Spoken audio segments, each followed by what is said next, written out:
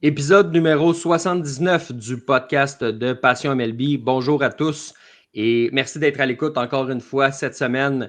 Pour ceux qui nous écoutent en live, les mercredis soirs à 20h sur Facebook, sur Twitter ainsi que sur YouTube, ou pour tous ceux qui nous écoutent dans un format podcast un peu plus traditionnel. Charles-Alexis Brisebois à l'animation. Cette semaine, à mes côtés, le grand retour de Sébastien Berroir. Sébastien, comment vas-tu? Ça va, pas à 100%, là, comme tu peux voir avec ma belle voix, là, mais ça va pas mal mieux. Là. Fait qu'imaginez la semaine passée, c'est pour Oui, ça c'est ça, qu'il... exactement. Voilà, on a levé le voile sur l'absence de Sébastien. C'était pas parce qu'il m'haïssait finalement. Ben, il y a de ça un peu, mais là, j'en ai Ouais, profité, tu sais, j'avais une occasion de ne pas être là. je comprends. Je t'ai un peu Ouais. ouvert la porte. Oui. Ouais, je te l'ai placé en plein cœur du membre. Oui. Et cette semaine, à nos côtés, Pascal Harvey, qui est là, un régulier du balado. Pascal, comment ça va? Ça va bien, ça va super bien. On commence à avoir du baseball intéressant, on commence à avoir des courses intéressantes. Puis le mois d'octobre s'en vient. Ça fait qu'on ne peut pas demander mieux. Sébastien, ça te fait une belle voix FM. Oui, hein, oui, je présume. Tu sais, je m'entends, c'est sûr que vous ne m'entendez pas comme ça, mais oui, ça doit être assez chic, merci. Non, Ouais, c'est correct, ça te fait Ok. une voix radiophonique. C'est bon. C'est vrai que ça te rajoute un peu de lustre un peu, je sais pas, Disais-tu que je manquais de lustre avant ou. Écoute, c'est le chapeau de fait, là. OK. Je vais le mettre, Tu vois, Jean-Michel qui comprend la dynamique, le retour de Sébastien, ça va être plus dur pour Charles-Alexis de le niaiser dans sa face. En fait, non, ça m'a Non, jamais c'est rien ça. empêché d'eux, là, tu sais. C'est ça. Il est bien capable. Puis il savait que j'allais écouter de toute façon, fait que ça ne l'a pas Ouais, c'est ça, empêché je de. m'en doutais un petit peu quand même. Ouais. Mais non, je suis peut-être méchant, Jean-Michel, mais je suis pas hypocrite. Une belle qualité, ça. Ouais, écoute, vraiment, Oui. on y va vers le haut. Oui. Messieurs, avant d'aller vers le bloc sur les Blue Jays, je pense que c'est important de commencer le podcast en parlant un peu de Netflix qui vont sortir un documentaire sur les expos. On savait que ça s'en venait, ça avait été annoncé l'an passé. Je vais vous avouer que je l'avais un peu oublié entre-temps parce que ça faisait vraiment un petit bout que ça avait été annoncé. Et là, finalement, on apprend, Pascal, que le 21 octobre, Qui a tué les expos de Montréal va sortir. C'est tout un titre hein, quand même. Je n'haïs pas ça. Ça fesse fort. J'espère que le documentaire va être à la hauteur de ce titre-là, par exemple, parce que si ça avait juste été l'histoire des expos ou quoi que ce soit, non, qui a tué les expos, j'ai des attentes. Ben oui, le titre est percutant. Là, on dirait presque le titre d'une série policière, une autre. Ouais. Mais en fait, c'est un reportage sur les expos, une série sur les expos, peu importe, un documentaire, un autre, vous allez dire, puis vous avez raison, mais je pense qu'on n'en aura jamais assez parce que c'est une façon supplémentaire de rester connecté avec le passé, avec cette équipe-là qui nous a été volée. On pourrait avoir plein de sentiments ou de ressentiments par rapport au départ des expos, mais en même temps, à chaque fois qu'on a un documentaire, on apprend quelque chose de nouveau. Ce qu'on présume que avec ce nouveau documentaire-là, sur Netflix en plus, c'est pas banal. Ça va nous permettre d'en savoir plus. Puis on présume que si c'est sur Netflix, il va y avoir une certaine qualité liée à ça. Puis je lisais aujourd'hui sur les réseaux sociaux que Jérémy Filosa a participé également à ce documentaire-là. C'est que j'ai bien hâte de voir, je suis curieux. Est-ce qu'on va apprendre des choses ou est-ce qu'on sait tout? Est-ce qu'il y a des choses des éléments qui sont encore cachés? Du moins, ça va nous replonger avec d'anciens joueurs qui vont être en entrevue. Fait que ne serait-ce que ça, ben, ça va être rafraîchissant. Tu as mentionné, Pascal, que Jérémy Filosa allait être là. C'est sûr qu'il va avoir quand même certains visages connus. J'ai lu aussi que David Sanson allait être là. C'est probablement ce qui va faire rager bien du monde. Puis il fait partie de la réponse aussi, hein, qui a tué les expos. Là. Ben, son beau-père surtout. Là.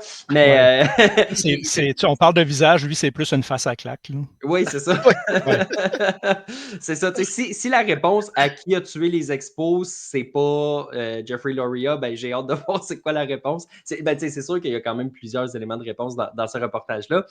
Tout ça pour dire, Sébastien, il va y avoir des gens comme ça, mais parmi ceux que les gens vont aimer voir, contrairement à David Sanson, on note quand même Pedro Martinez, on note, excuse-moi, Vlad Guerrero qui va être là, Larry Walker et Philippe Alou, évidemment, qui a été le gérant que tout le monde a bien aimé là, pendant des années, qui était là en 94. Juste ces quatre-là, c'est quand même une belle brochette. Là. Et certainement. Puis c'est des grands noms de la fin de l'histoire des expos. Fait que, ça va être vers ce sujet-là qu'on va se diriger parce que qui a tué les expos, ça a quand même commencé assez tôt. Ça ne s'est pas fait dans les dernières années. C'était un long processus, une longue agonie. Fait qu'on va passer justement de Pedro qui n'était pas là à la fin, mais qui était là quand justement ça a commencé à mal aller. Donc, je pense qu'on va passer par toute la gamme des émotions.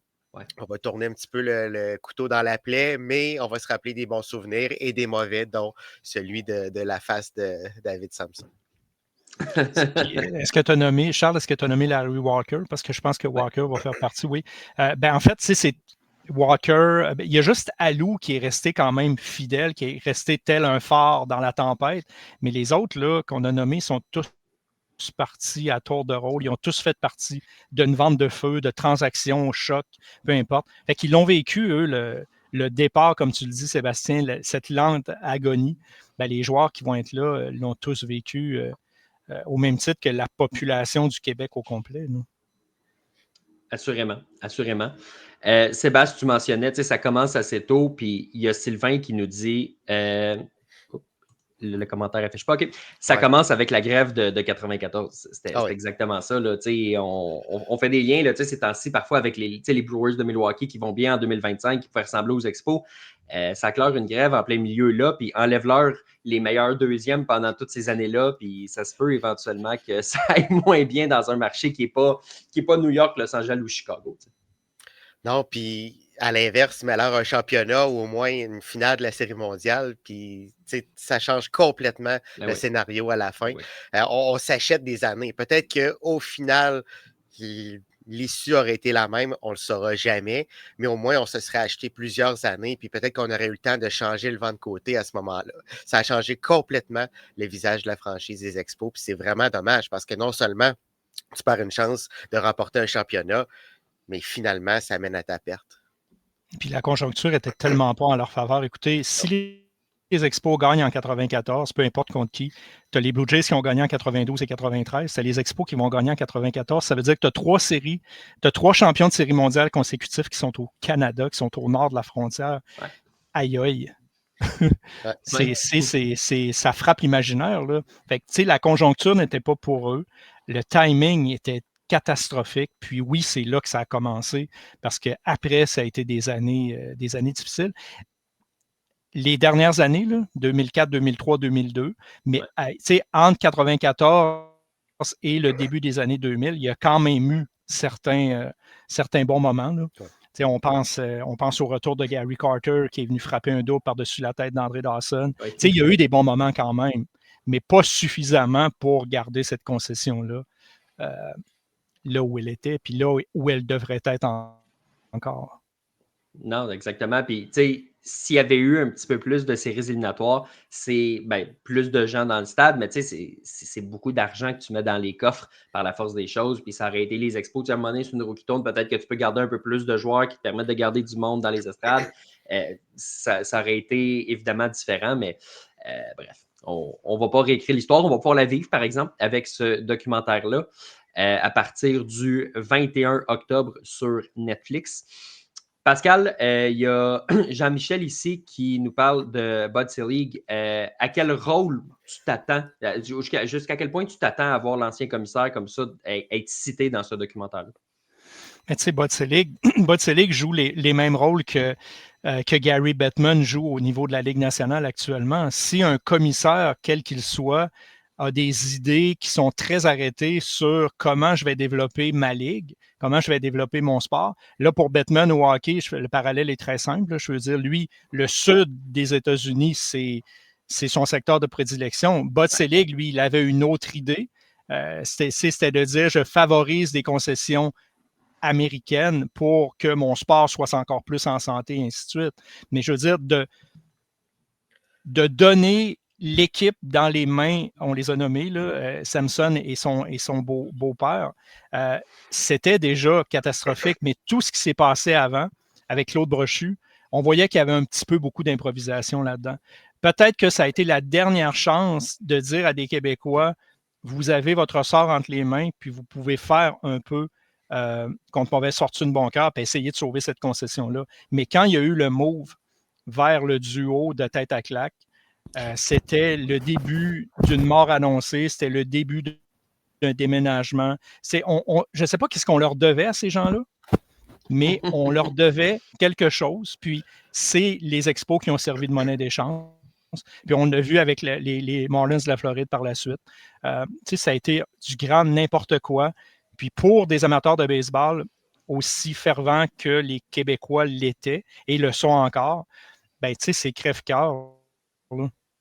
C'est clairement crève-cœur, mais pour répondre à la question de base, Bud Selig a joué un rôle majeur là-dedans. Est-ce que lui, il avait le doigt sur la détente pour savoir qui a tué les expos? Ben, du moins, il y avait un revolver qui n'était pas trop loin sur son bureau. Là. Ouais. Je pense que c'est une bonne métaphore. Malheureusement, c'est une bonne métaphore. Sébastien Oli qui nous demande ici, Olivier, croyez-vous que ce documentaire pourrait par miracle relancer nos politiciens à se mobiliser pour le retour des expos à Montréal, comme la construction d'un nouveau stade, par exemple? Moi, je crois pas, là. Je pense que s'il y avait eu à se mobiliser, il aurait fallu le faire beaucoup plus tôt. On a eu des occasions. On aurait peut-être même pu avoir les Rays de Tampa Bay cette année si on avait fait les choses de la bonne façon. Malheureusement, on ne l'a pas fait. Donc, je ne crois pas qu'un documentaire de la sorte va changer les choses. Je ne dis pas que c'est impossible dans le futur, mais je ne pense pas que ça va se faire à partir de ce documentaire-là. Il y a tellement de choses qui sont impliquées dans ce dossier-là. Il va falloir que toutes les pièces tombent à la bonne place pour qu'un jour, peut-être, on ait une équipe du baseball majeur à Montréal, mais présentement, on est très, très loin, puis on ne sent pas un vent qui s'en va dans cette direction. Mais la conjoncture économique n'est pas présente, n'est pas au rendez-vous. On l'a vu là, au cours des dernières semaines, on a appris que le coût d'une concession au début des années 2030 va être de pas plusieurs millions, ça va être des milliards de dollars. Est-ce que Montréal a le moyen de se payer une concession? Une nouvelle concession, c'est sûr qu'un déménagement, c'est une autre paire de manches, là, mais une nouvelle concession à quelques milliards de dollars, la réponse, c'est non. Puis tu n'as même pas ton stade en plus là, construit. Non. Puis le message que tu envoies, Sébastien, tu dis on aurait pu avoir les Rays qui cherchaient un domicile. Le message qu'on a envoyé, puis nous trois, on suit quand même le baseball, là, vous le suivez plus que moi, mais on pensait que la configuration baseball était disparue des plans du stade olympique, mais non. La configuration baseball est toujours là. Puis on n'était comme pas certain. Fait qu'imaginez à Tampa Bay, dans le fin fond de Tampa Bay, eux autres, ils prennent le téléphone. Est-ce qu'il y a encore moyen d'avoir du baseball à Montréal? Ah, ben attendez, là, on va regarder nos plans. Ben, le temps que tu déroules les plans, là, les Rays, ils se sont trouvés un autre domicile. Là, il était trop tard. Là. Fait que, tu sais, c'est des dossiers qui sont mal gérés. Puis pour répondre à la question, autant au niveau provincial qu'au niveau fédéral, au fédéral, on s'en va sur un budget d'austérité. Là. Fait que je ne pense pas qu'on ait quelques dollars à mettre sur un stade de baseball. Puis au provincial, ben, là, on a vécu un remaniement ministériel. Je pense que ce ne sera pas le temps de jaser de baseball trop ces temps-ci. Là. Non, puis, ce ne sera pas à la mode avec les élections qui vont s'en venir non plus. Là, non plus. Non plus. Puis on parle d'expansion, que une franchise du baseball majeur, ça vaut plus qu'1 milliard. C'est 2 milliards minimum. Quel manque de vision on a eu à Montréal. La franchise des Expos, présentement, elle vaudrait 2 milliards de dollars. On a tellement manqué de vision, puis là, ben, on se retrouve, on ne peut pas revenir en arrière. Puis là, on se retrouve un petit peu devant une porte fermée. Je le dis un peu à la blague, Pascal, mais tu sais comme moi que dans chaque blague, il y a quand même une espèce de fond de vérité. Ça va prendre Tom Brady pour ramener les expos. Ça va prendre quelqu'un comme ça, ou ben, Tom Brady, à lui seul, n'a pas 2 milliards de dollars à mettre sur un projet de balle, puis surtout pas au Canada avec des devises canadiennes, etc. Mais avec un groupe, peu importe. Ça va prendre quelqu'un comme ça qui amène de l'argent de l'extérieur, puis qui décide de le faire, même si ce serait probablement plus payant d'installer un club à Salt Lake City ou d'installer un club à Orlando ou d'installer un club à Nashville ou à Raleigh ou n'importe quelle ville que tu auras envie de me nommer. Ça va prendre un projet comme ça, un investisseur qui dit « Ah, tu sais quoi? Moi, ça me tente Montréal. » Puis évidemment, on sait pourquoi je nomme Tom Brady. Là, il a été repêché par les Expos. Puis une fois de temps en temps, le 1er avril, il pose des images sur les réseaux sociaux en disant « Hey, je vais acheter les Expos. » Ça va prendre quelque chose comme ça parce que c'est pas au Québec qu'on a cet argent-là juste à l'interne là, pour ramener un club de balle. Là. Ben, il y a eu des réactions à un moment donné quand j'ai écrit le texte un week-end, il y a 2 week-ends passés là, sur le coût d'une concession qui disaient oui, des dollars québécois, mais conjugués à des dollars américains ou des dollars qui viennent, peu importe de la planète. Là, il y a plein de Nord-Américains qui investissent sur des clubs de soccer en Angleterre par les temps qui courent. Pourquoi pas l'inverse? Ça prend un élément catalyseur, Charles, puis je pense que Tom Brady, c'est un bon nom. Tu sais, on a eu Warren Cromartie, qui a été l'ambassadeur pendant les premières années où on s'est mis à rêver du retour des expos. Après ça, Stephen Brofman et son groupe ont pris le relais. Ça s'est essoufflé. Tom Brady, là, moi, en passant, je prends très bien les Raiders à Montréal aussi. S'il veut arriver avec son équipe de football, il est bienvenu. Mais n'empêche que c'est un nom qui résonne partout en Amérique du Nord. C'est quelqu'un de crédible. Peut-être moins comme analyste, là, mais ça, c'est une autre paire de manches. C'est quelqu'un de crédible. C'est quelqu'un qui, oui, on peut faire ça. On peut le tourner en joke, là, le fait qu'il a été repêché par les Expos. Mais c'est une réalité. Il a été repêché par les Expos. Fait qu'on ne peut pas passer à côté. Puis lui, sa vie de baseballer, ben, il l'aurait vécu avec les Expos à Montréal. Fait que, c'est un peu plus grand que nature. Puis Tom Brady, du jour au lendemain, dit ben moi, j'aurais le goût que le baseball revive à Montréal. Ben, je suis convaincu qu'autour de la table des grands bonzes, il y a des gens qui porteraient attention à ça en se disant oups, c'est Tom Brady qui parle. On va l'écouter. C'est sûr que si, mettons, par miracle, Sébastien, il prend le téléphone et qu'il appelle Rob Manfred, il ne va pas faire j'ai rien à gagner à y parler. Là, il ne ghostera pas, je pense pas. Là. Non, c'est ça. C'est qui, lui? Qu'est-ce qu'il me veut?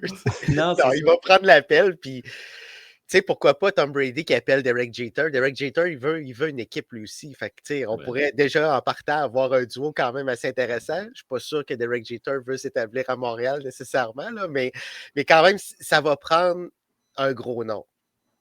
Puis, tu sais, le gros nom, ça ne sera pas nécessairement les poches les plus pleines, mais ça va être le nom qui va amener le club à Montréal. C'est lui qui va faire la différence dans ce dossier-là. Puis oui, Tom Brady en est un. Est-ce que ça pourrait être un autre gros nom? Peut-être qu'on n'attend pas, mais qui pourrait faire une différence, puis qui pourrait amener un investisseur. Parce que présentement, un investisseur qui a beaucoup d'argent, est-ce que son premier choix va être Montréal? Je ne croirais pas. Fait que, tu sais, ça va prendre quelque chose, ça va prendre quelqu'un qui va convaincre un investisseur que c'est la bonne place pour avoir un club du baseball majeur. Mais il y a quelque chose d'exotique dans le fait d'avoir une équipe. C'est la même affaire quand tu t'exportes ton sport plus vers le sud, mais là, le fait d'exporter ton sport plus vers le nord, ben, ça devient un peu exotique. Puis, tu sais, la magie des Blue Jays, là, ben, veut pas, ça choque certains Américains là, de voir que les Blue Jays ont du succès, mais n'empêche que pour certains Américains, il y a même certains joueurs qui ne se doutaient même pas que le Canada existait. Là. Ça, c'est une autre histoire. Mais n'empêche que Toronto, actuellement, les Blue Jays mettent le Canada sur la map. Ben, l'Amérique sait au complet que c'est possible d'avoir du baseball au nord de la frontière, que Montréal l'a déjà eu, que Montréal a déjà eu du succès, que Montréal a déjà produit des grands noms, que Montréal a plusieurs personnes qui sont représentées aux tables à renommée, ben, ça vaut quelque chose. Puis moi, je mets Tom Brady au défi demain matin de faire une collecte de fonds chez ses amis. Il va le ramasser le milliard et quelques, puis 2 milliards selon moi. Là. Puis ça ne prendra pas 3 ans. Là. Non, il serait. S'il se décide pour vrai, là, on pousse cette lubie-là un peu, mais s'il se décide pour vrai à s'investir dans ce projet-là, il est capable, là, comme tu dis, de s'en trouver là, des amis qui vont peut-être se chercher. Il nous manque juste son numéro de cellulaire. Là. On est à un numéro de cellulaire près d'avoir le retour des expos. Ben, tu connais l'adage qui dit qu'on est à 6 personnes dans la vie de connaître à peu près n'importe qui. Là, fait que on va essayer de faire aller nos contacts, puis on va essayer de trouver le numéro là, du beau Thomas, là, puis on va l'embarquer là. Ben, rêvons, ça ne coûte rien. Ben oui. Exactement. Donc, Who Killed the Montreal Expos? Qui a tué les Expos de Montréal le 21 octobre sur Netflix? Ce sera en pleine série. Ça vous fera une autre série à regarder concernant le baseball majeur. Sébastien, c'est rare qu'on parle le bloc sur les Blue Jays aussi tard, mais c'était pour la bonne cause. Il fallait absolument commencer par ça. Donc là, allons voir ce qui s'est passé du côté de Toronto. Okay. Blue Jays.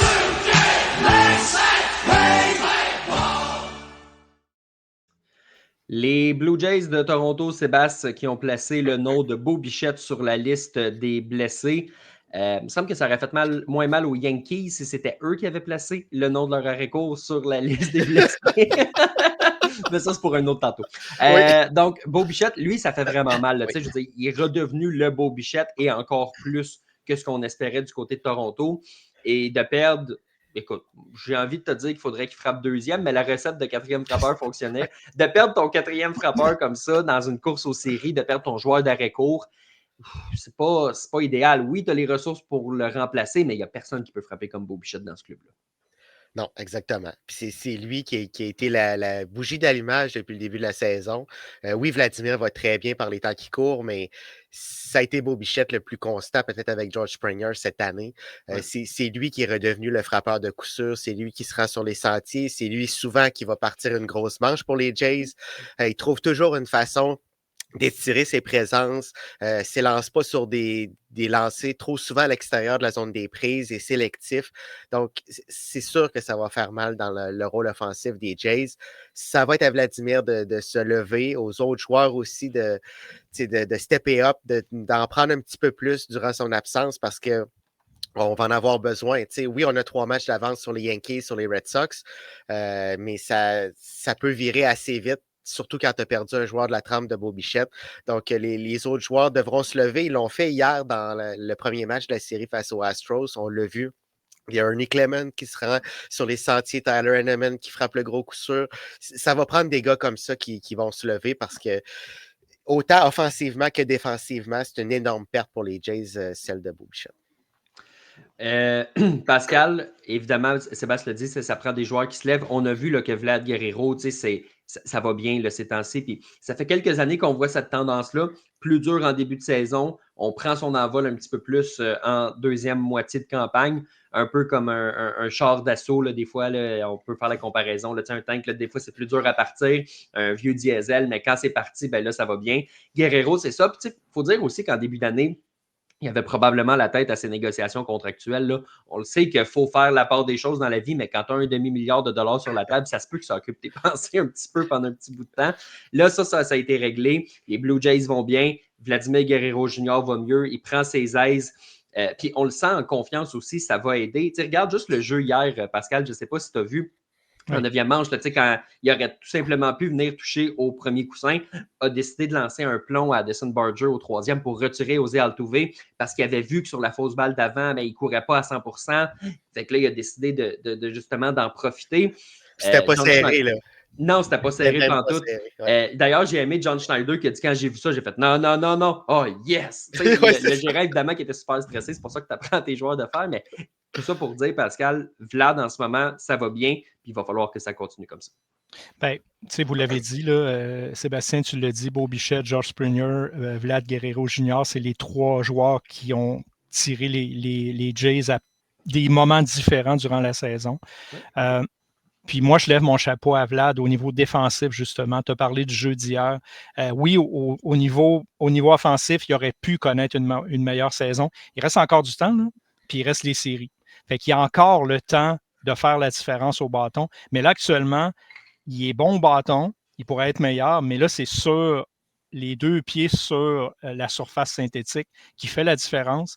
Il ne faudrait pas se surprendre peut-être de le voir avec encore un gant doré, mais n'empêche que hier, John Schneider, il avait de l'air surpris, oui, mais il a quand même dit, je ne pense pas qu'il y aurait beaucoup de joueurs de premier but actuellement dans le baseball majeur qui auraient été capables de faire ce jeu-là. Fait que quand tu dis ça, tu es gérant dans le baseball majeur, que tu as les yeux rivés sur la game continuellement, que tu envoies des jeux, que tu vois passer des jeux spectaculaires comme des moins bons, ben quand tu te permets de dire mon joueur de premier but, il a fait un jeu de superstar qui a fait la différence dans le match, ben oui, Vlad, il peut faire la différence autant avec son gant, ce qui n'était pas le cas il y a quelques années parce qu'il cherchait défensivement. Mais là, il est rendu un joueur plus complet, il est rendu un joueur plus fiable, puis il est rendu un joueur modéré. Je ne sais pas si vous avez remarqué, mais il est plus modéré, il est plus calme. Tu vois qu'il a gagné en expérience et en sagesse. Puis je pense que c'est très gagnant pour les Blue Jays pour la suite des choses. Ce qui est plate avec Bo Bichette, c'est qu'il aurait pu facilement atteindre les 200 coups sûrs cette année. Je pense que sa blessure va peut-être lui nuire. Il est à 181 coups sûrs actuellement. Il n'a jamais eu 200 coups sûrs en carrière. dans une saison. Il est passé proche. Mais là, cette année, ça aurait été son année pour avoir 200 coups sûrs et plus. Mais ça n'en fera pas, ça ne fera pas de ça une mauvaise saison pour Bo Bichette, au contraire. Puis le bon timing pour lui, c'est qu'il est en train de se négocier un contrat en quelque part. Là. Si ce n'est pas à Toronto, ça va être ailleurs. C'est sûr qu'il y a des équipes qui vont vouloir lui donner un bon montant avec tout ça, là, avec la saison qu'il a connue. Que ce soit pour jouer à l'arrêt-court ou pour jouer au deuxième, troisième coussin, peu importe. Il y a des équipes qui vont appeler. D'ailleurs, Pascal, j'aime beaucoup ton point sur Vladimir Guerrero Jr. Qui prend de la maturité ou qui devient un peu plus calme. Parce que ce jeu-là, on l'a dit, il l'a vu parce qu'il a spoté que José Altuve et ses tendances. Donc, il a établi son plan d'avance. Ce n'était pas un jeu qui s'est décidé, je décide de la lancer au troisième but. Ça, il y a une couple d'années, là, Sébastien, il n'aurait pas pu faire ça. Pourquoi? Parce qu'il était trop occupé à jaser au gars, puis il jase encore au gars qui arrive au premier, là, puis il va toujours le faire. Mais tu vois qu'il est capable quand même de scanner la game. Là, ça, c'est intéressant. Oui, puis il n'y a aucun problème à ce qu'il jase avec les joueurs. Il y en a plusieurs des joueurs de premier but qui jasent avec les coureurs qui s'arrêtent au premier coussin. Ça, il n'y a aucun problème. Tant et aussi longtemps que tu es capable de rester dans ta game. Puis on se rappelle en séries éliminatoires quand il s'était fait prendre sur les sentiers alors qu'il observait les oiseaux, là, puis qu'il n'était pas du tout dans le match. Puis c'était un match de séries éliminatoires. Là, il est dans une course au championnat, une course au titre de la division Est de la Ligue américaine. Il est totalement concentré sur son jeu, puis c'est ce qui lui permet de faire ce genre de jeu-là. Il faut se rappeler que c'est un ancien joueur de troisième but, là, donc il a le bras pour lancer sur les coussins, puis c'est ça qu'il a fait, puis il a fait ça calmement. Son jeu était planifié, il savait ce qu'il allait faire avant que la balle arrive. 100%. Il y a certains joueurs qui prennent leurs décisions au moment où le jeu se fait. Non, lui, il avait pensé avant. Il savait que si la balle s'en venait vers lui, il lançait au troisième but. Puis ça, c'est une autre preuve, comme tu dis, Pascal, de maturité. Les gars, vous allez me trouver fatiguant avec mes comparaisons avec le hockey ou d'autres sports, là, mais les meilleurs joueurs... C'est moins fatigant que Charles, fait que c'est correct. Mais bon, un bon niveau de comparaison. Mais les meilleurs joueurs de hockey sont ceux qui anticipent le jeu. Sont ceux qui sont capables de faire une passe en sachant que le gars va s'en aller par là. Ben, Vlad, il a prouvé hier défensivement qu'il était capable d'anticiper un jeu. Puis c'est ça qui fait la différence entre un joueur ordinaire et un joueur étoile. Puis il est rendu là dans sa carrière, puis il y a encore plusieurs années devant lui. Là. C'est ça qui est le fun. Ben, ça va faire tout un joueur de balle. Là. Imaginez dans 2-3 ans. Là. Ouais. Ben, Max Scherzer, encore, le disait, il y a encore beaucoup de potentiel qui n'a pas été exploité, exactement, merci, qui n'a pas été exploité de la part de Vlad. Puis, ça fait drôle de dire ça d'un gars qui en est à quoi, sa 7e année dans le baseball majeur. Mais il a raison pareil. Il y a encore, il n'est jamais trop tard pour apprendre. Puis, Max Scherzer, c'en est un. C'est toujours bien renouvelé aussi au cours de sa carrière. Dans les dernières années, malgré les blessures et tout, il a appris à plus juste être un lanceur qui retire des gars sur 3 prises puis à vraiment travailler autrement. Ben, c'est la même chose pour les frappeurs. C'est une mentalité qui se travaille tout le temps. Donc, non, ça va bien de ce côté-là. Puis les Blue Jays vont avoir besoin de Vlad pour aller loin en série. Puis Vlad va vouloir justement réparer sa réputation de gars en séries éliminatoires. Il n'a jamais gagné un seul match de série. Il s'est fait balayer 3 fois en 2020, 2022 et 2023. Donc là, évidemment, les attentes, c'est qu'en 2025, ce ne soit pas juste un petit balayage de quelques matchs et puis sans. Pascal, on a une question ici d'Olivier. Avec la blessure de Bo Bichette, croyez-vous que les Yankees, avec leur calendrier facile en fin de saison, trouveront le moyen de rattraper les Blue Jays et réussir à remporter l'Est de l'Américaine? Pour mettre les gens en contexte, on enregistre mercredi soir, évidemment, donc on n'a pas les résultats de ce mercredi. Les Blue Jays fichent de 83-61, les Yankees 80-64, donc il y a 3 matchs d'écart. Il faut rappeler aussi que les Blue Jays ont l'avantage au prix d'égalité. Donc, si les Yankees rattrapent 3 matchs, ça ne sera pas suffisant pour gagner la division. Donc, Pascal, je te repose la question. Est-ce que la blessure de Bo Bichette change la donne pour la division? Ben, pas du tout, parce que Buck Martinez le dit. Là. Les Yankees sont pas bons. Je sais qu'on va en reparler, mais moi, là, les calendriers faciles, j'y crois pas. On voit ce que les Orioles font en ce moment. On voit ce que les équipes de bas de classement sont capables de faire pour spoiler des victoires à des équipes qui en ont besoin. Oui. Ben, même si les Yankees ont un calendrier plus facile que les Blue Jays, ça ne veut pas dire qu'ils vont avoir plus de victoires nécessairement, parce que la pire chose qui peut t'arriver, quand tu regardes ta cédule longtemps d'avance, c'est de dire « Ah, on va jouer contre les Orioles 3 fois. Ah, on va jouer contre les Twins, on va jouer contre ci, contre ça. » Ces équipes-là, là, tout ce qu'ils souhaitent, là, c'est de te faire mal. Ouais. C'est juste ça qu'ils souhaitent. Ils souhaitent juste avoir une bonne fin de saison pour sauver leur saison au complet. Ils n'ont absolument rien à perdre. Puis ils se présentent là, zéro pression. Puis toi, tu as toute la pression du monde sur tes épaules parce que tu es dans une course au championnat. Puis tu as le calendrier facile. Fait que moi, je n'y crois pas nécessairement. Puis c'est pas parce que Beau Bichette est blessé que nécessairement les Jays vont baisser de régime de façon considérable. Par contre, ça va faire une course très intéressante jusqu'à la fin. Ça, on va être gâtés. Ouais, ça va être le fun. Il va y avoir quelques belles courses dans le baseball. Ça, c'en est définitivement une. Là. Ça va être le fun à suivre. Surtout, évidemment, Sébastien, bon, écoute, Pascal en a glissé un mot après les propos de Buck Martinez sur les Yankees. C'est le fun parce que, en fait, c'est le fun. C'est drôle parce que la rivalité Blue Jays-Yankees cette année, elle se passe pas mal plus entre Sportsnet et Yes. Rappelle-toi de ce qui s'est passé avec Michael Kay qui était comme fâché du balai qui avait été lancé, même si ça se fait à chaque maudite fois que les Blue Jays effectuent un balayage.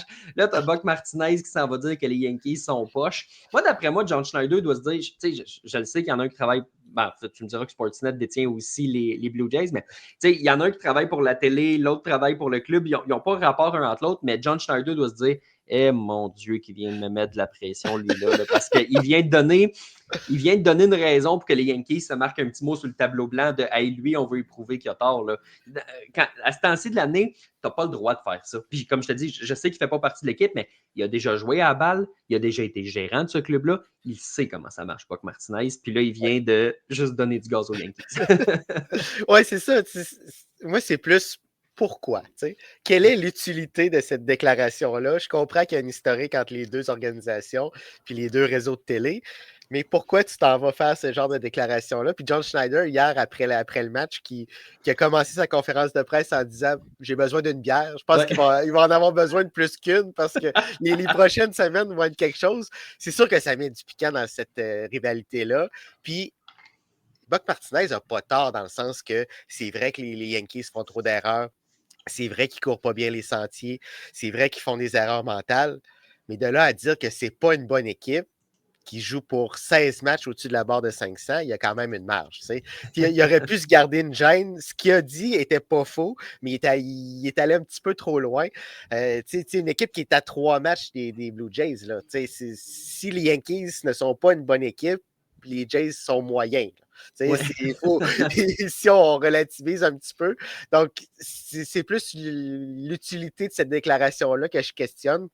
C'est pas totalement faux, mais ça va donner du gaz à cette rivalité qui était un petit peu inexistante. Puis cette année, pour diverses raisons, les Jays l'an dernier n'étaient pas là du tout. Puis il n'y avait pas eu tant d'événements à nommer entre les deux organisations. Mais cette année, on sent que à chaque fois que les deux équipes s'affrontent, il y a un petit quelque chose. Puis s'il fallait qu'en série de division, ces deux équipes-là s'affrontent, parce que c'est possible. Du bonbon. Parce que présentement, les Yankees affrontent les Red Sox si les séries éliminatoires commençaient aujourd'hui, dans un 2-3. Si les Yankees réussissent à sortir gagnants de cette série-là, on affronte les Jays. Ça serait extraordinaire. Puis, au moins, Pascal, là, l'an passé, quand les Dodgers avaient critiqué le jeu défensif et tout des Yankees, il y avait eu la décence d'attendre après les séries éliminatoires pour le faire. Pas avant. C'est ça. Moi, je vais emprunter un qualificatif, quand le jupon dépasse. Ouais. Ça me fascine toujours quand des commentateurs d'un réseau de télévision qui est associé à la couverture d'une équipe en particulier deviennent des relationnistes de cette équipe-là, deviennent des cheerleaders de cette équipe-là. Moi, dans mon livre à moi, là, dans mon vieux livre à moi, là, quand tu commentes un match entre deux équipes, tu te dois d'avoir une certaine neutralité. Je suis vieux jeu, là, mais n'empêche que tu commentes le match, tu commentes ce qui se passe sur le terrain. Tu ne fais pas partie du département de relations publiques de l'équipe qui, à la limite, qui paye ton salaire, là, à toute fin pratique. Mais n'empêche que Buck Martinez, il a dépassé un petit peu cette limite-là. Peut-être que oui, il y avait des éléments de vérité là-dedans, mais encore là, t'es qui pour juger qu'une équipe est bonne ou pas bonne? Oui, il a joué la game. Oui, il a géré. Oui, il y a eu une grave blessure. Oui, actuellement, il y a des problèmes de santé qui font qu'il y a la sympathie du public et ainsi de suite. Mais n'empêche que tu ne vas pas te donner des munitions à l'équipe adverse, puis tu ne vas pas mettre le gérant de l'équipe que tu représentes, en guillemets, en difficulté parce que tu as une bulle au cerveau puis ça te tente de le dire. Puis aujourd'hui, là, c'est pas juste de le dire, tu le dis dans un contexte, puis après, c'est terminé. Avec les réseaux sociaux, là, ça roule pendant 24 heures, 48 heures, 72 heures, puis ça roule en boucle continuellement. Puis oui, les Yankees, ils ont ça affiché gros partout dans le vestiaire, puis ils vont s'en servir comme motivation, c'est clair. Là. Ça revient à toute vérité n'est pas bonne à dire. Je pense que ça peut peut-être être résumé comme ça. Sébastien, ce soir même, du côté de Buffalo, Trey Savage a lancé 3 manches. Il n'a rien donné. Il a été très, très bon. On l'a retiré après 3 manches. Ça faisait juste 3 jours qu'il était sorti parce que là, ces tensions, on l'amène en relève. Le but avoué de l'organisation, c'est de le placer dans toutes les situations possibles pour qu'il puisse apprendre à ne pas juste lancer comme un partant, mais arriver dans... Quand est-ce que les Blue Jays le rappellent? Je le sais. Je veux dire, ils ne font pas ça pour préparer son camp de l'an prochain où est-ce qu'il va être un partant puis il va rester un partant à tout jamais. Là. Qu'est-ce qu'ils attendent pour le rappeler? Je pense qu'on veut vraiment être sûr qu'il soit vraiment prêt. Là.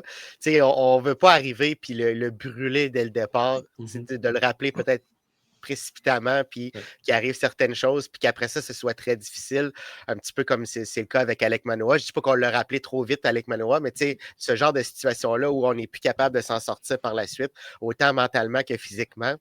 Donc, je pense qu'on prend les précautions nécessaires dans le cas des Savage, mais là, il va falloir que ça vienne parce qu'on le voit qu'il est prêt.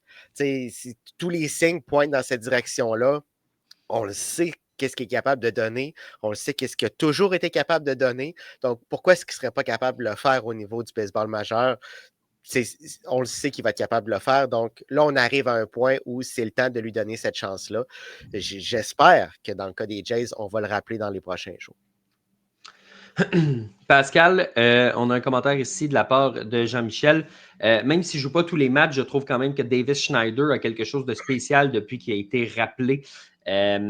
C'est un joueur, justement, écoute, comme Jean-Michel l'a dit, tu ne le fais pas jouer à tous les jours, mais il a son utilité quand même au sein de cette équipe-là. Puis une chance qu'il est là parce qu'il apporte sa petite saveur de gars qui peut sortir du banc. Tu peux l'amener au deuxième coussin, tu peux l'amener dans le champ gauche. Davis Schneider a son utilité au sein de cette formation-là. Ben absolument. Puis c'est pour ça qu'on appelle ça un joueur d'utilité, justement. Ouais. Puis, lui, il est le portrait type. Là, je veux dire, tu vas le mettre dans peu importe la situation. Il est capable de te faire des bons jeux en défensif. Il ne te nuira pas, défensivement parlant. Il est capable de mettre la balle en lieu sûr. Il est capable même de frapper la longue balle. Puis, si tu veux l'utiliser à partir de la 7e manche, ben, tu as l'embarras du choix. Si tu considères qu'il y a un joueur qui est moins hot en quelque part sur ton terrain, ben, tu peux dire j'ai Davis Schneider qui peut arriver. Puis l'attitude. Souvent, c'est l'attitude qui va faire la différence. Oui. Si un joueur il est rappelé dans le baseball majeur puis qu'il se croit devenir une superstar par la force des choses, puis qui est utilisé sporadiquement, ben s'il conserve une bonne attitude puis se dit moi, là, dans le baseball majeur, c'est mon rôle. Je ne suis pas meilleur qu'un tel, mais je suis assez bon pour garder ma place de joueur d'utilité dans le baseball majeur. Ben, je pense que Davis Schneider, il a compris son rôle puis il est capable de bien l'exécuter. Messieurs, ça fait le tour de ce qu'on avait concernant les Blue Jays de Toronto. Donc, Sébastien, on va aller voir ce qui se passe ailleurs dans le baseball majeur.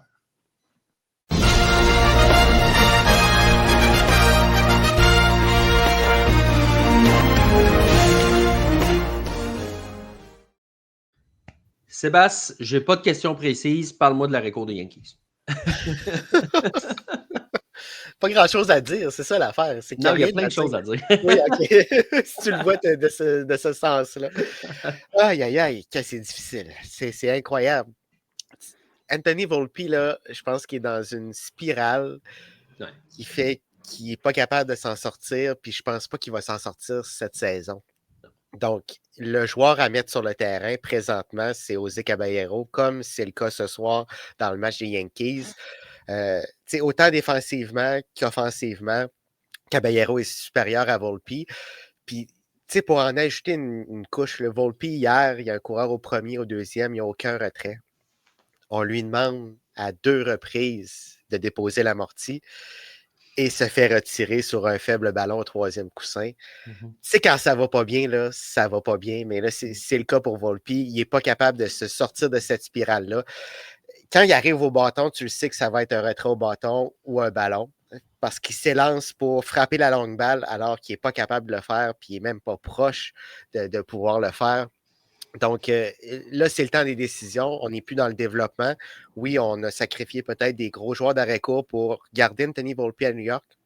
Mais là, c'est le temps d'avoir des résultats sur le terrain. Puis c'est pas Anthony Volpe qui va donner ces résultats-là. Donc, Aaron Boone doit prendre des décisions. T'sais, on le sait, là, Aaron Boone est proche de ses joueurs, puis il veut pas leur décevoir, puis il veut discuter avec eux, puis avoir une bonne communication. Mais là, c'est plus le temps pour ça, là. Anthony Volpe doit s'asseoir sur le banc, puis regarder les grands jouer au baseball. Pascal, t'aimes les comparaisons avec d'autres sports? Je vais en faire une avec le hockey. T'sais. Regarde Carey Price, ça faisait quelques années qu'il était dans la Ligue nationale de hockey. Puis en série en 2010, on a dit non, c'est Yaroslav Halak. Est-ce que ça a empêché Price de connaître une belle carrière par la suite? Non. Je ne suis pas en train de dire que c'est ce qui va arriver à Volpe, mais ça se peut qu'au bout de quelques années dans le baseball majeur, tu frappes un mur parce que c'est dur de jouer dans le baseball. Mais là, il faut que tu réagisses parce que tu es les Yankees de New York, tu ne peux pas avoir ce trou béant-là défensivement et ce trou-là dans l'alignement offensif. Tu as Caballero que tu as été cherché pour cette raison-là, pour être une police d'assurance, et présentement, il fonctionne. Si c'est lui qui t'aide à gagner des matchs, moi, je suis de l'avis que, ben écoute, tu as peut-être trop attendu en passant toute la saison à mettre Volpe comme partant, mais à un certain point, si tu as une décision à prendre, Pascal, moi, je pense qu'il faut que tu la prennes. Ben, moi, je pense que ça va prendre un nouveau départ. T'sais, on a mis beaucoup de pression sur les épaules de Volpe à son arrivée dans le baseball majeur. Il y en a même qui le comparaient à Derek Jeter. Là. Je pense que c'était très puissant comme comparaison. Tu as la saison que Volpe a actuellement. Tu le places dans une autre équipe. Là. Tu le mets, je sais pas moi, en Arizona, tu le mets ailleurs dans le baseball majeur. Il passe un petit peu sous l'écran. Les gens vont dire, OK, il n'y a pas une bonne saison, mais c'est correct. Là, tu es à New York. Tu bats pour une course au championnat, pour le titre de ta division et encore plus pour la suite des choses. Puis, oui, tu le places là dans la meilleure condition possible, c'est-à-dire sors-le du terrain, mets les choses en perspective, dis pour cette année, là, on va regarder autre chose. L'année prochaine, on va travailler au camp d'entraînement, on va travailler sur ton minding, on va travailler sur ta façon d'approcher la game. On croit encore en toi, tu as un bon potentiel, mais cette année, là, ça ne marche pas. Là. Force est d'admettre qu'à chaque fois que tu fais un jeu défensif, tu garoches la balle 40 pieds au-dessus du premier but. Ça ne fonctionne pas. Tu décourages ton lanceur, tu décourages tes coéquipiers. Puis on le sait, Sébastien, tu l'as nommé, Aaron Boone, il va toujours prendre la défense de ses joueurs. Ça fait quand Aaron Boone va continuer de prendre la défense de Volpe, puis ça devient que c'est pas bon. Parce qu'il y a un moment donné, Judge, il va se dire, écoute, ça ne marche pas. Il faut que tu le sortes du terrain. Puis c'est ça qui se passe actuellement. C'est qu'il y a une prise de conscience qui fait que ce joueur-là, il est mêlé. Il a besoin d'un nouveau départ. Puis cette année, là, c'est assez. Puis il n'y a pas de signe qui nous démontre que ça va changer. Il n'y a aucun signe encourageant dans son jeu. Là. Il n'y a pas des bonnes présences au bâton, il n'y a pas des bons contacts. Puis défensivement, on ne sait jamais qu'est-ce qui va se passer. Il est capable du meilleur comme du pire. Donc, tu ne peux pas avoir ce genre de joueur-là en séries éliminatoires. Non, c'est vraiment trop risqué. Oui. Tu as un autre joueur au milieu du terrain qui n'aide pas là, avec Jazz Chisholm, il n'est pas très fiable tout le temps non plus. Là. Fait que, si lui, il est so-so in-game puis que Volpe est terriblement mauvais, ça ne te fait pas une défense à tout casser. Là. Ça fait qu'à un moment donné, il faut que tu ailles avec des valeurs sûres. Tu n'as comme pas le choix. Puis surtout la ligne de centre au baseball, ben dans l'avant-champ, ça comprend le deuxième but puis l'arrêt-court. Il faut que ce soit deux forces. Le beau avoir McMahon qui stabilise le troisième coussin et Goldschmidt au premier, mais c'est au milieu que ça se passe. Là, donc, non, c'est assez... Tu as beau avoir un bon receveur et un bon voltigeur de centre, mais si ton cœur d'avant-champ est so-so, ben, ça déséquilibre tout le reste. Là. Exactement. D'ailleurs, Pascal, j'ai accroché sur quelque chose que tu as dit, puis ça m'a fait réaliser. Tu dis, s'il était ailleurs, Volpe, ben, il passerait un petit peu dans le beurre. Puis c'est un peu pour ça aussi que ça me ferait les arguments de pourquoi Derek Jeter n'est pas si bon que ça. Si Jeter avait joué à Cincinnati, il n'aurait pas eu la plus grande des carrières. Non. mais il n'a pas joué à Cincinnati. Il a 5 bagues la Série mondiale avec les Yankees. C'est ça qui est impressionnant. Il vivait avec la pression. Puis à chaque fois qu'il y avait une nouvelle blonde, ben, il faisait la première page du journal. Et malgré tout, il arrivait à rester focus. C'est ça qui est impressionnant. Ça fait partie de l'histoire. Ça fait partie de ça, jouer à New York. Puis ben, les Yankees, tu ne déménageras pas d'ici la fin de la saison. Tu n'échangeras pas Volpe d'ici la fin de la saison. Tu ne l'enverras pas dans le 3A. Fait il faut que tu fasses avec les circonstances qui sont là présentement. Puis c'est ça qui est difficile du côté de Volpe. Et non, Anthony Volpe ne deviendra jamais Derek Jeter. Mais il va avoir la même pression. Tu sais, il y a 2 semaines, j'étais à Chicago. Il joue à la même position. Oui, c'est ça. Mais j'étais à l'étranger, tu sais, à Chicago pour un match des Yankees. Puis Anthony Volpe se fait huer quand c'est un retrait. À Chicago. À Chicago, mais par des partisans des Yankees. Mais tu sais, à New York, c'est 100 fois pire. Là. Ouais. Fait que peu importe l'endroit où il va, il se fait huer. Il ne s'en sortira pas cette année. Là. Mais c'est triste. Oui, c'est triste pour un joueur professionnel d'être sur le bord de l'abîme continuellement, de dire hey, je suis tellement stressé qu'aussitôt que j'ai la balle dans mes mains, je la serre trop. Aussitôt que j'ai mon bâton dans les mains, je le serre trop.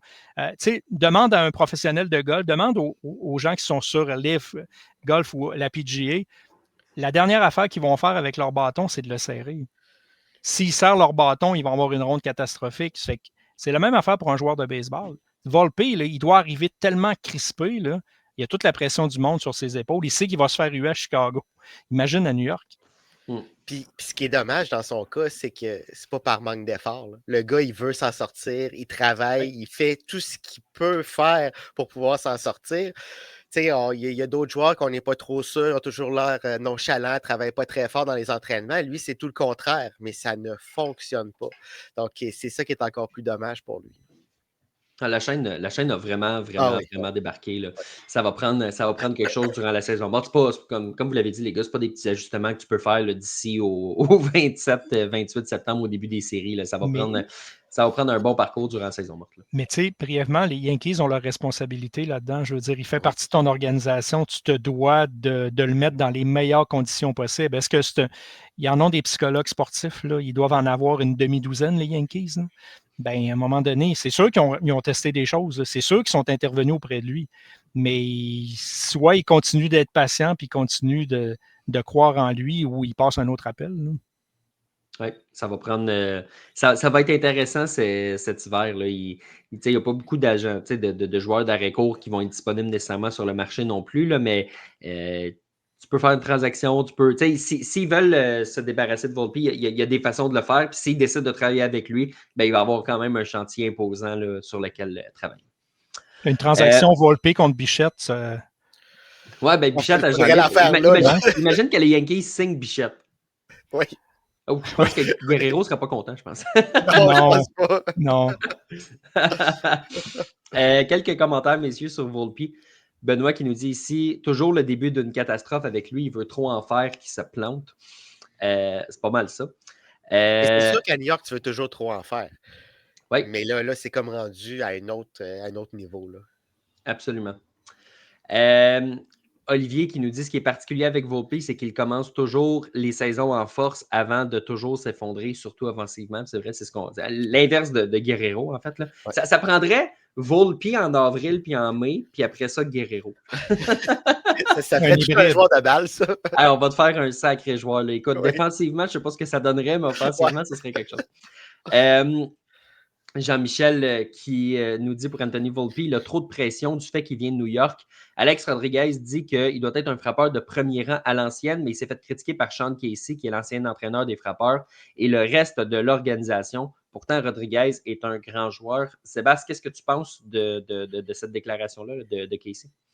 Bien, c'est sûr que si l'organisation te dit que tu dois frapper d'une telle façon, que tu ne dois pas être un frappeur de contact, un premier frappeur qui sera sur les buts, bien là, lui, il va vouloir faire ça. Mais peu importe ce que l'organisation te dit, présentement, là, ça ne fonctionne pas. Fait qu'il va falloir trouver, l'organisation va falloir qu'elle trouve des solutions, puis Volpe va falloir qu'elle en trouve aussi. C'est pas vrai qu'Anthony Volpe n'est pas un bon joueur de baseball. Là. Il l'a fait par le passé. Il est capable de mettre la balle en jeu, mais là, il s'élance pour la longue balle à toutes les présences. Donc, il va falloir trouver un équilibre dans tout ça pour que Anthony Volpe redevienne le joueur qu'il a déjà été. Puis, si offensivement, ça se replace pour lui, moi, je suis convaincu que défensivement, ça va se replacer aussi. Là, il amène son bâton en défensive, c'est une catastrophe, mais c'était un bon joueur d'arrêt-court avant. Là, c'est juste que là, il n'y a plus rien qui fonctionne des deux côtés de la balle, puis c'est une roue qui tourne, puis tant qu'on ne s'en sortira pas du côté de Volpi, ben, ça va continuer à tourner comme ça. Fait que ça va prendre un arrêt à quelque part. Cet arrêt-là, c'est tout de suite qu'il faut qu'il l'ait parce que c'est pas vrai que rendu au mois d'octobre, ça va débloquer. Là. Ça va prendre la saison morte, le camp d'entraînement, peut-être le début de saison prochain pour se remettre sur les rails. Ça ne se fera pas du jour au lendemain. Même si c'est pas drôle, je vais vous faire sourire quand même. T'sais, on parle de baseball à l'ancienne. Moi, quand je regardais le baseball puis j'étais jeune, un joueur d'arrêt-court, ça frappait 8e dans l'alignement. C'était pas compliqué. Spike Cohen, là, il n'a jamais frappé premier. Il a toujours frappé 8e. Ben, cassons-nous pas la tête. Un joueur d'arrêt-court, ça frappe 8e. Puis la vie est belle. Ben, c'est là qu'il frappe présentement, mais là, il frappe juste pas. Ouais. Oui, il frappe juste pas. C'est Non, ça. c'est ça. Et finalement, arrêtons de faire frapper les joueurs d'arrêt-court. Oui, ben, Comme les lanceurs. surtout Volpi. Surtout pour le coup. Mais oui, il y avait un magicien à Saint-Louis qui jouait à l'arrêt-court qui n'était pas nécessairement là pour son coup de bâton, là, qui était peut-être un petit peu plus là parce qu'il était capable de faire des backflips. C'est l'image que j'ai en tête. Ouais. Son coup de bâton était quand même supérieur à Anthony Volpi. Là. Oui, c'est ça. Il n'essayait pas de frapper un circuit à chaque présence. Non. Exactement. Il connaissait son rôle. Oui.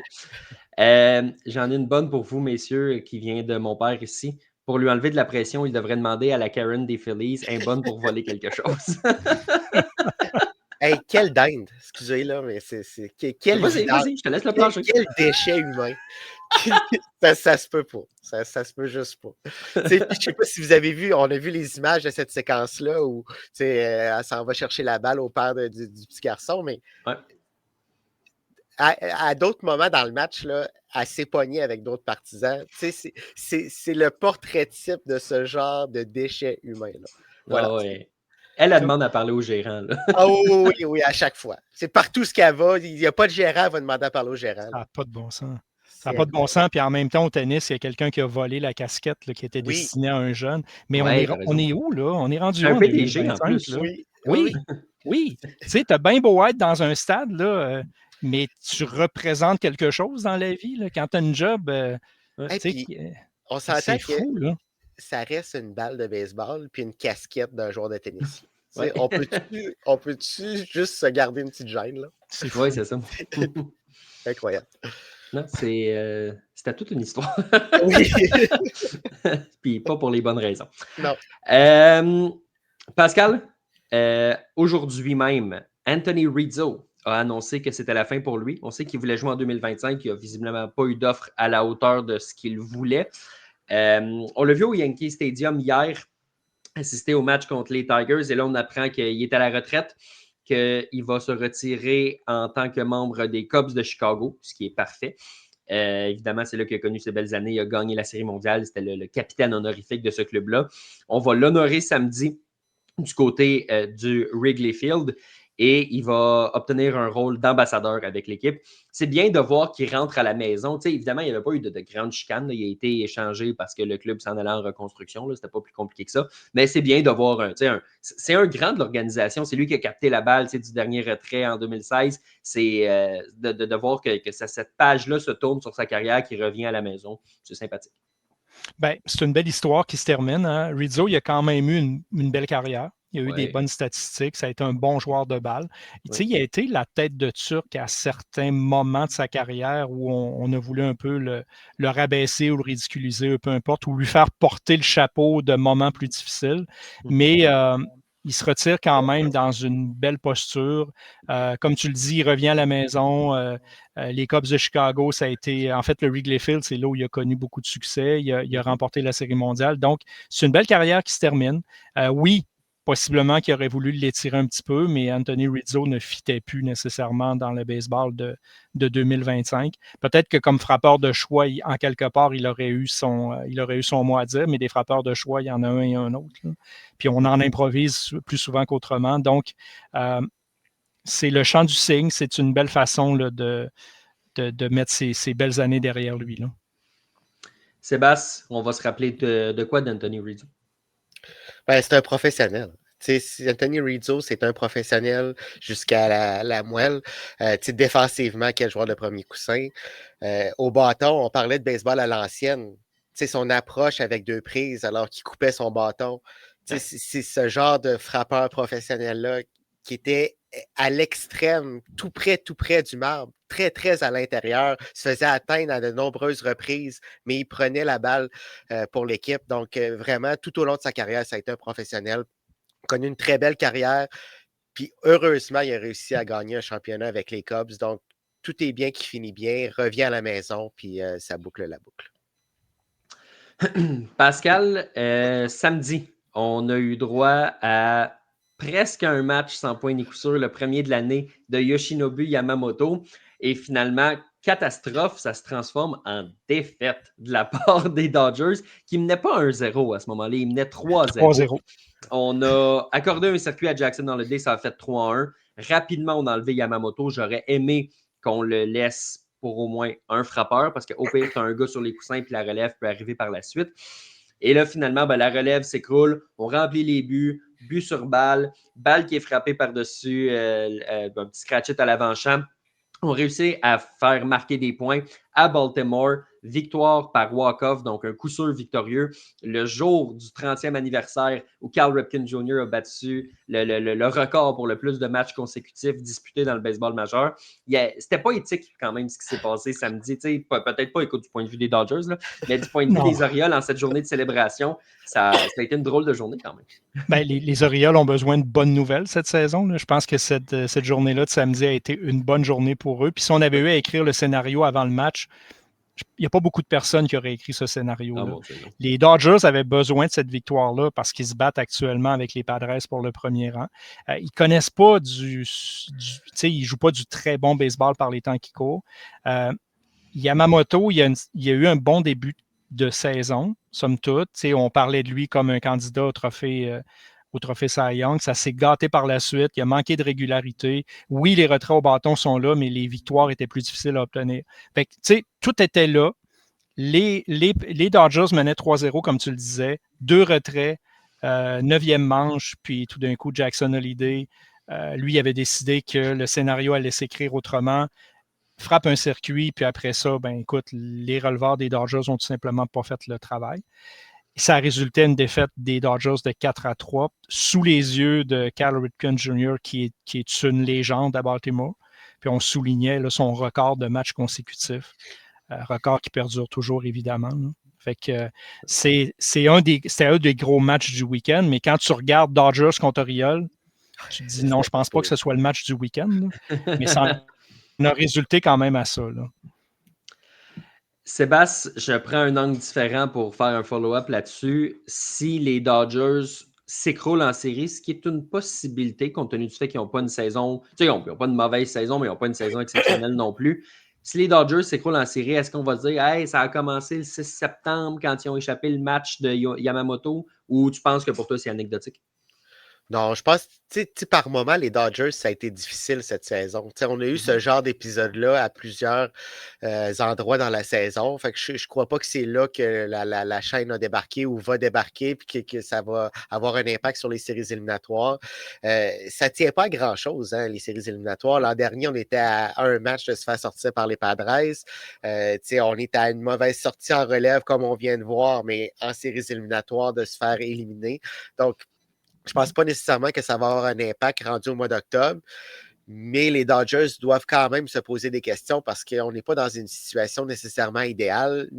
La plupart de nos partants sont en santé, ce qui n'avait pas été le cas l'an dernier, mais on trouve des moyens de perdre des matchs qui sont importants. Donc, ça pourrait peut-être venir nous hanter quand va venir le temps des séries éliminatoires parce que tu dois trouver un moyen d'avoir une bonne sortie de ton partant puis que la relève tient le coup. Là, présentement, on dirait qu'on n'est pas capable d'avoir tout le monde en même temps sur la même longueur d'onde.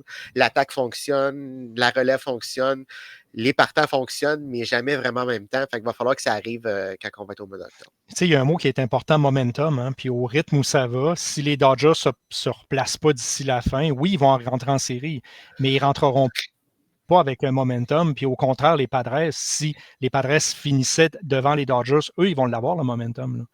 Puis, c'est la dernière affaire que les Dodgers souhaitent aux Padres, ben, c'est d'avoir justement le vent dans les voiles en arrivant dans les séries.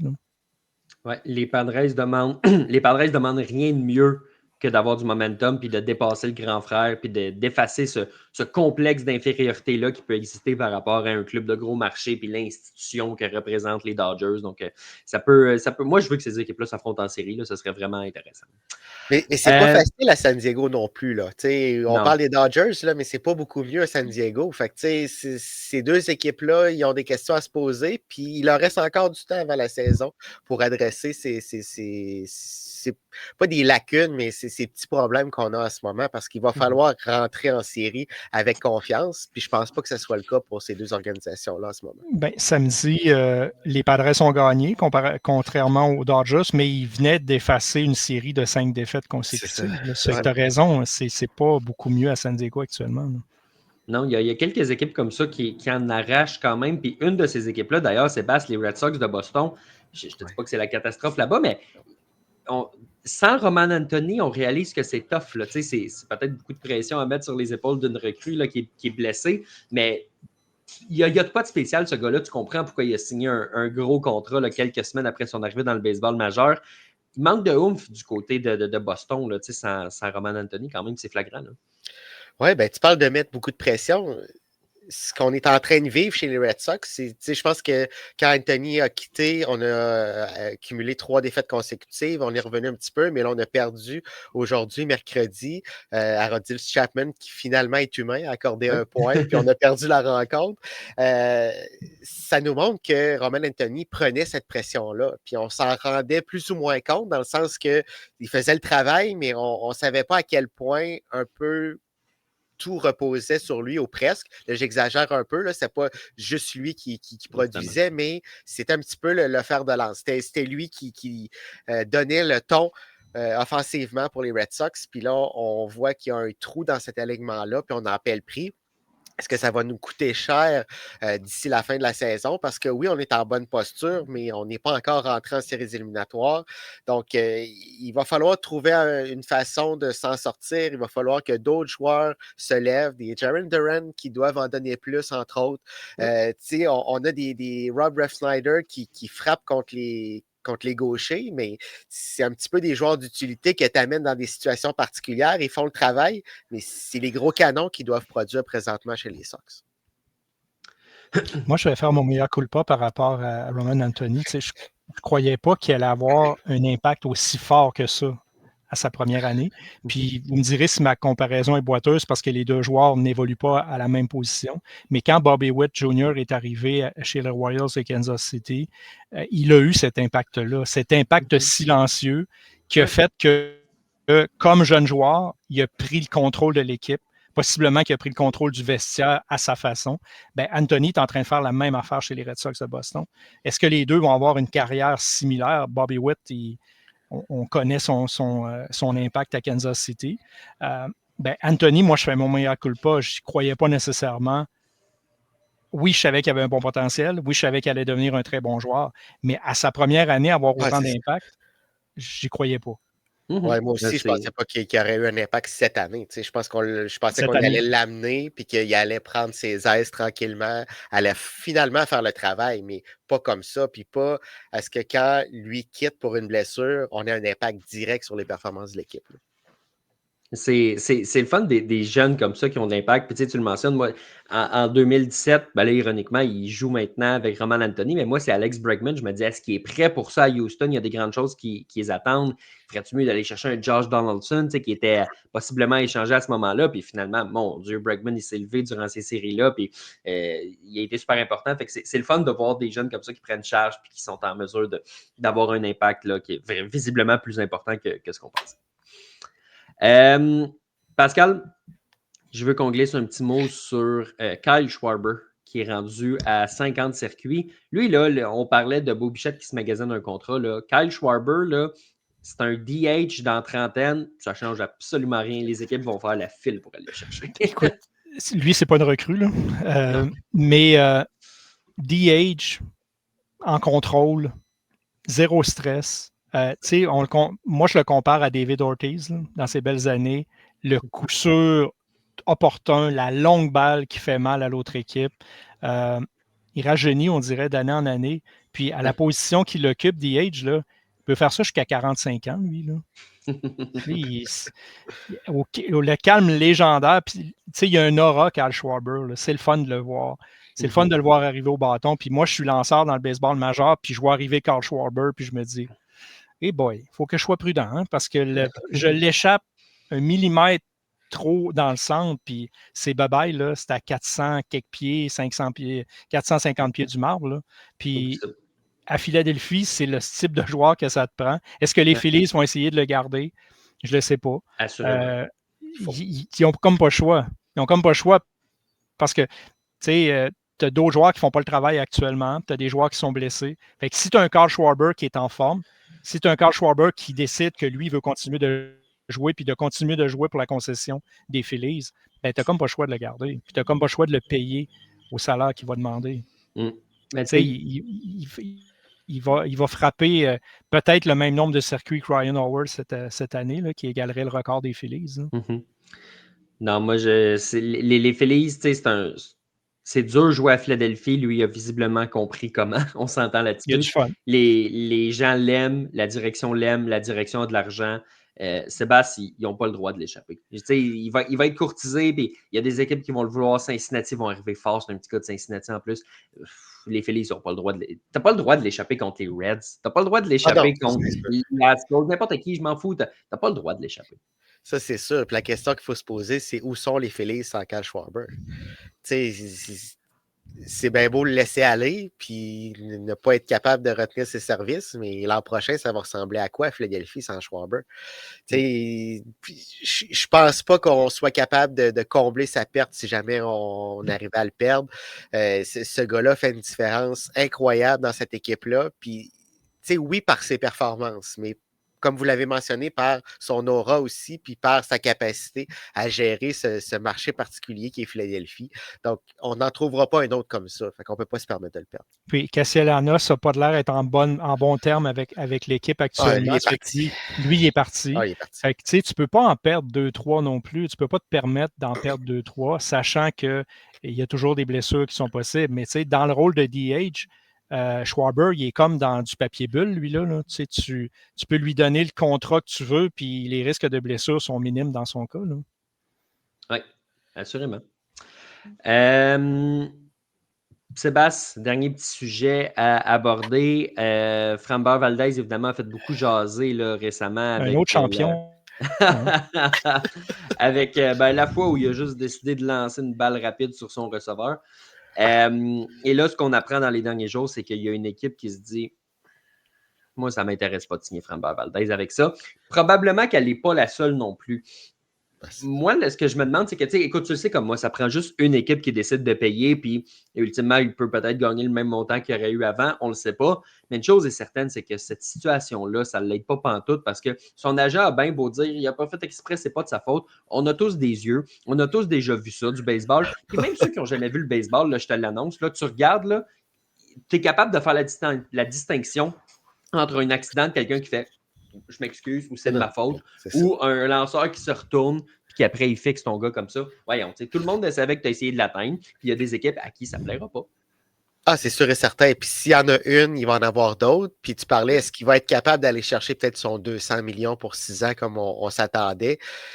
Oui, il y a peut-être une équipe qui est prête à le payer, mais elle ne le payera pas s'il y a moins de formations qui sont dans le derby puis qu'il y a moins de formations qui sont prêtes à le donner. On ne donnera pas un 200 millions juste pour donner un 200 millions si l'équipe la plus proche lui donne 150 millions, par exemple.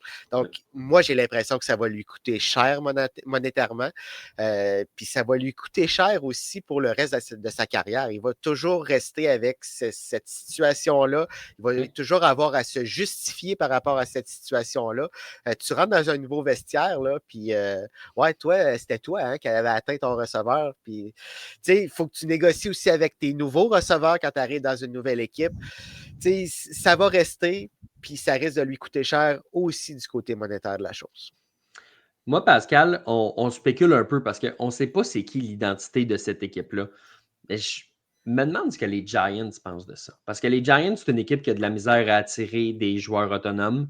C'est une équipe qui a de l'argent. C'est une équipe qui a besoin d'aide sur le monticule.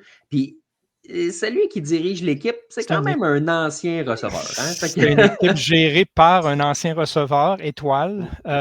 Puis moi, j'ai en tête, puis apparemment que ce n'est pas les premières frasques de ce lanceur-là. Il y a des joueurs dans le vestiaire qui ne l'aiment pas.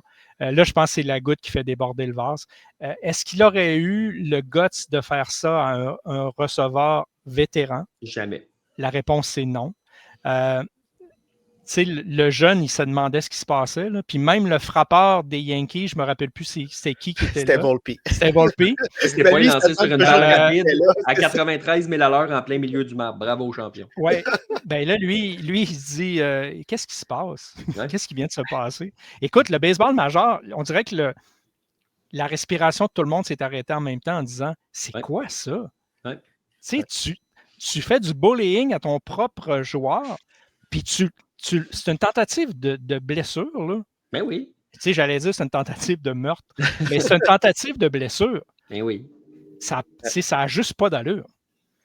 Ça n'a juste pas d'allure. C'est une tête brûlée, là. Oui, il y a un bon bras, mais en haut des épaules, ça se gâte, là. Non. Tu sais, soignez-le quelqu'un, là, parce que ça ne va pas bien, là. Puis on ne sait pas ce qui s'est passé dans le vestiaire après le match. Mais tu sais, si Jonathan Papelbon est capable de prendre Bryce Harper à la gorge dans un dugout, même pas dans le vestiaire, imaginez ce qui se peut passer dans un vestiaire du baseball majeur quand tu as quelqu'un qui vient d'essayer de blesser un receveur. Puis on le sait qu'un receveur, c'est respecté dans le baseball majeur, là, pour toutes les raisons du monde. Peu importe quel nom il va y avoir. S'il s'appelle Cal Riley, peu importe, qu'il s'appelle Gary Carter, qu'il s'appelle Carlton Fisk, qui s'appelle, peu importe, Maldonado, peu importe, ben tu fais pas ça. Ben lui, il le fait. Puis il ne mérite pas d'avoir les dollars qu'il veut. Là. Il ne mériterait même plus de lancer tant qu'à moi. Comme tu l'as dit, les receveurs sont respectés. Puis surtout dans ce cas-là, le receveur avait fait ce qu'il avait à faire. Il y avait confusion, le cadran s'emmenait.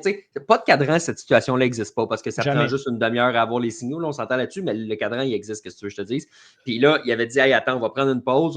La situation est importante, c'est critique, c'est Grisham qui est bon, qui est au bâton, les buts sont remplis. Puis il a fait ce qu'il avait à faire. Le lanceur a fait à sa tête. Puis après, il a refait à sa tête en l'attaquant. Fait que, ben, regarde, tant pis pour lui. Messieurs, ça fait le tour de ce qu'on avait. Donc, je vous remercie beaucoup d'avoir été là. Pascal, toujours un plaisir de t'avoir au podcast. C'est toujours un plaisir d'être avec vous. Sébastien, merci encore une fois d'avoir été là. Merci à tous les auditeurs qui nous ont écoutés en live sur les réseaux sociaux, sur Facebook, sur X et sur YouTube. Mais Sébastien, pour ceux qui veulent nous écouter dans un format podcast plus traditionnel, ben, c'est aussi possible de le faire. Oui, sur toutes les bonnes plateformes de podcast, vous allez nous trouver sur notre site web, passionmlb.com. Puis là, on vit les derniers moments de la saison. Fait que continuez à nous suivre pour avoir toute l'actualité du baseball majeur en temps réel. C'est ce qui met fin donc à l'épisode de cette semaine. Sébastien, tu l'as dit, la course aux séries qui va être excitante. On va être là, évidemment, à Passion MLB, autant au podcast que sur le site web passionmlb.com pour suivre le tout. Donc, on vous invite à continuer de nous suivre, à partager cette passion-là du baseball. Merci beaucoup d'avoir été là. Nous, on se dit à la semaine prochaine et on vous souhaite une excellente semaine de baseball.